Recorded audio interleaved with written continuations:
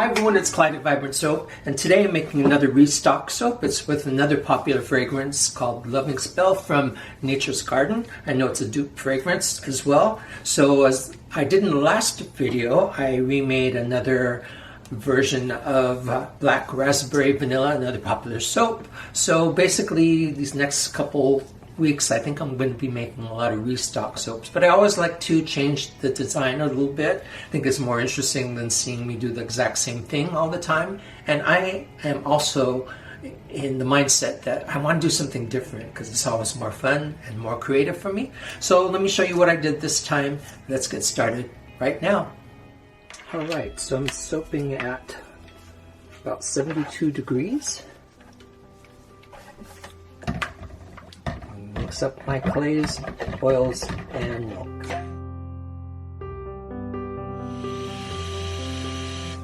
So the lye is also at 72 degrees. And it's good to have both the oil mixture and the lye solution as close to the same temperature as possible. Let's stir that a little bit. And I really want this to be really liquid-like for this pour. Still needs to be emulsified a little bit more, but I'm going to get the fragrance in there. That's Love Spell. Awesome, people really like it.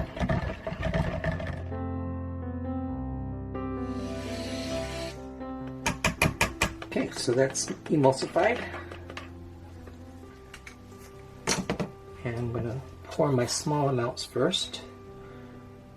That's my red Obsessions, very, very red mica. This is 24 karat gold, one of my favorite gold micas. Icy blue from Rustic Essentials, Atomic Orange from Nurture Soap,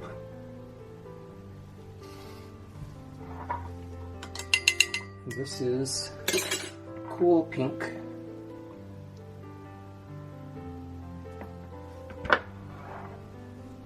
from Rustic Essentials, and this is just a good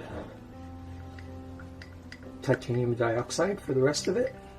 As concentrated as I can make it and still make sure it's not clumpy. That's going to be my base.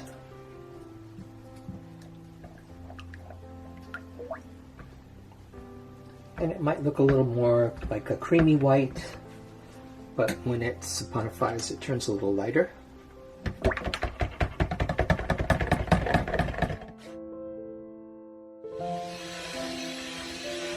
Get the pink mixed.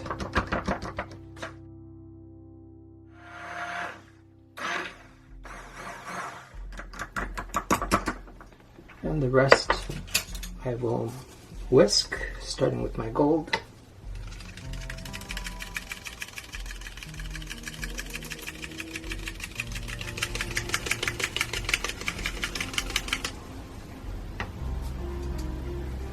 And then my blue.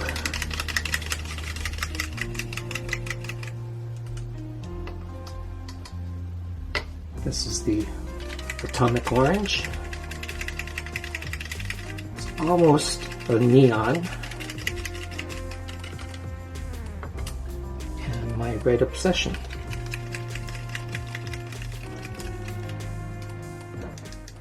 So I'm going to already pair off the red and the blue, and then the gold and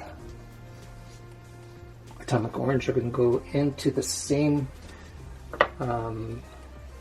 small in the pot swirl before I pour it into the main batch. So the pink is a little different. The pink is going to be swirled into the main white batter and then poured. Get some bubbles out of there. And it's just going to be poured right into the white.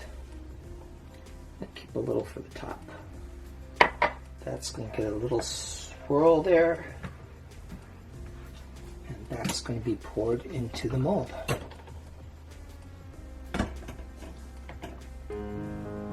I love this part.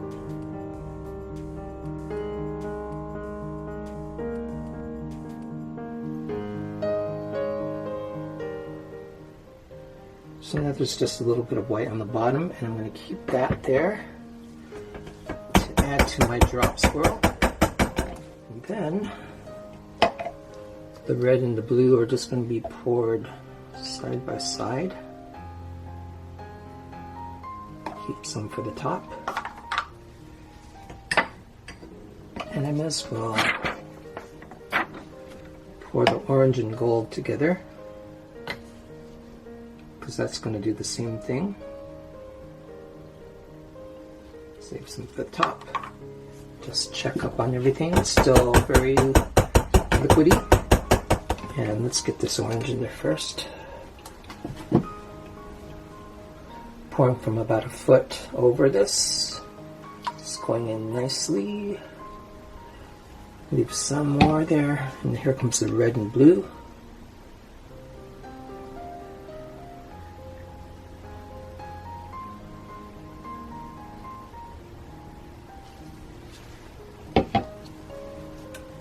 And then the rest of the white.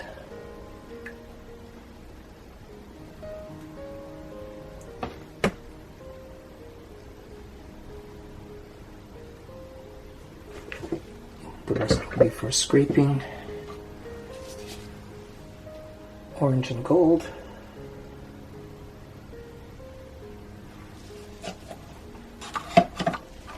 The blue and red.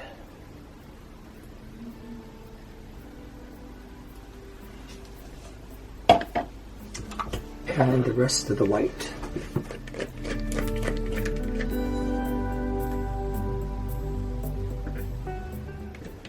So I'll leave a link at the very end so you can see some of my previous times I've made a love spell type soap.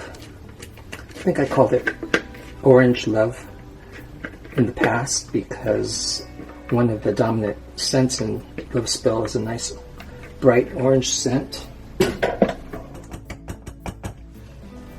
And I think I want the red and the blue on top of it.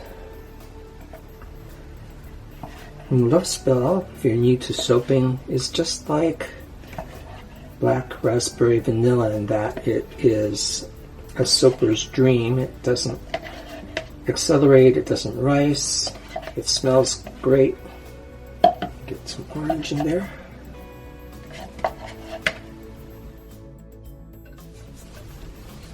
I'm going to get the orange in there first. If the other colors cover it over, I have some mica drizzles, and one of the mica drizzles is an orange, so it's okay if this gets blocked out a bit.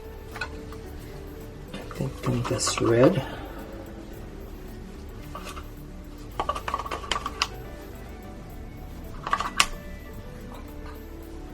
And the blue. I tend to like a surprise color in my soap designs. Just it makes it a little more unique, I think. And I'll get the pink in there. I'm trying to get a variety of designs in the soaps so that the soap doesn't all look the same. So if you tuned in last week, you noticed that I had more of a masculine type soap, and it was really subdued in color. And now this one's going to be bright again. And part of that is so that I can use some of those fragrances that tend to discolor a little bit too. Alright. Some of this gold.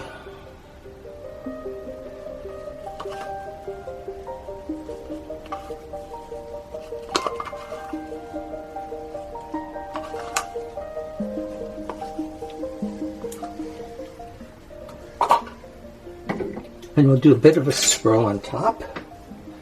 before I do the mica drizzle. So let's just go diagonally. You can already see the sparkle of the gold that's in there. Let's get some of this orange to brighten up the top.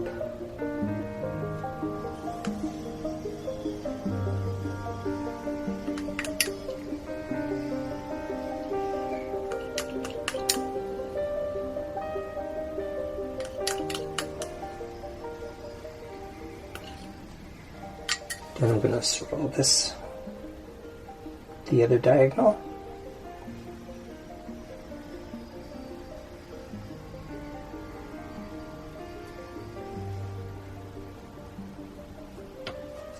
And then this is just going to be little dots of gold on top.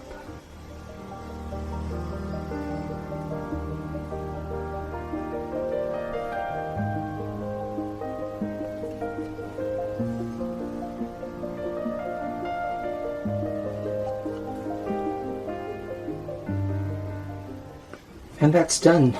I think I'm just going to leave it like that. I could wait till it thickens a little bit and do some texturing on top, but I've been doing that a lot lately, so I think to have a little different look, I'm going to leave it just flat.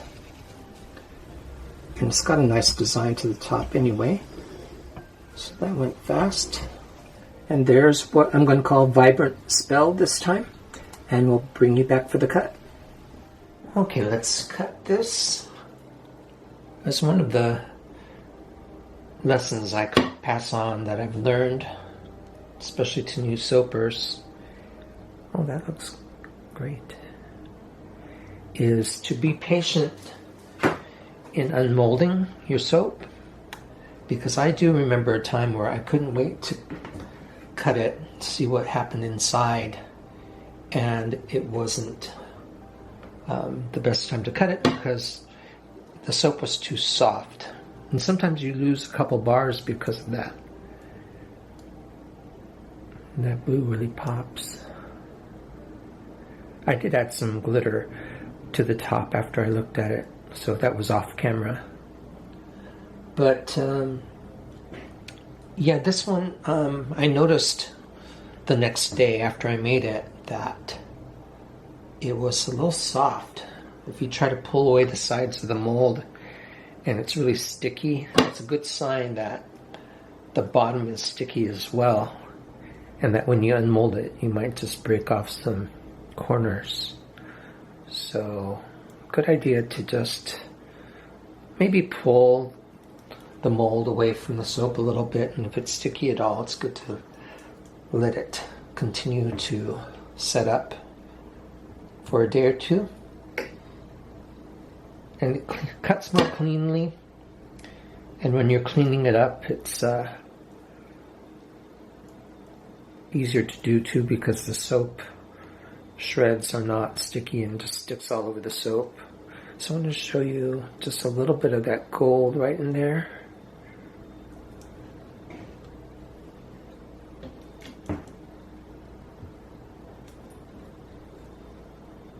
And it's cutting really nicely. Nice clean cuts. Lots going on in there.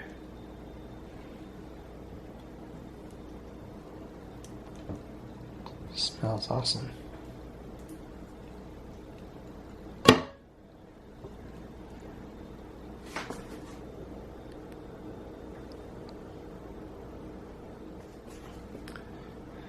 Okay, just fiddled with my camera. I think this should be focused a bit more.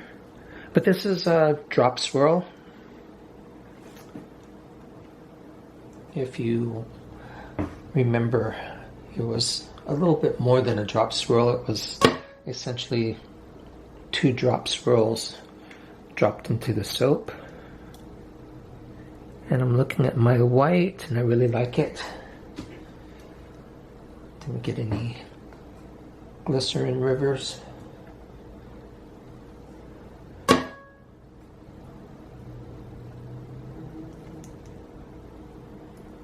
And I think one of the tricks of avoiding the glycerin rivers is to not use as much water to dilute the titanium dioxide powder.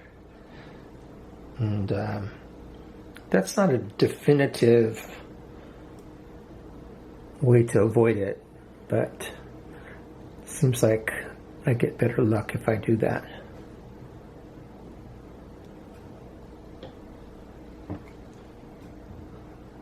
So it's really quiet here, and I'm enjoying the process of just cutting the soap. And I want to count my blessings. Thanks for all you've given back to me in the form of comments and orders on the Vibrant Soap website. And I'm currently designing another soap mold, a silicone soap mold, and I'll be showing that to you. It's a little bit involved because I'm making 12 different molds, part of a collection or series, and I think you'll be interested in that, especially if you've been wanting to make your own unique molds. The process, once you get used to it, is really not difficult. It takes some patience and knowledge about how to use it. And let me just make this last cut for samples and say goodbye and thanks again.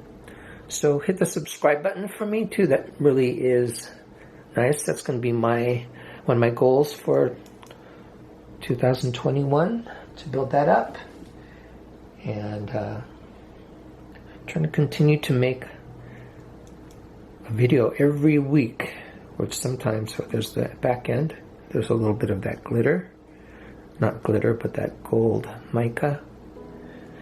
So I'll continue to make my videos and soaps, and we'll see you next time. Thanks for everything. Bye, everybody.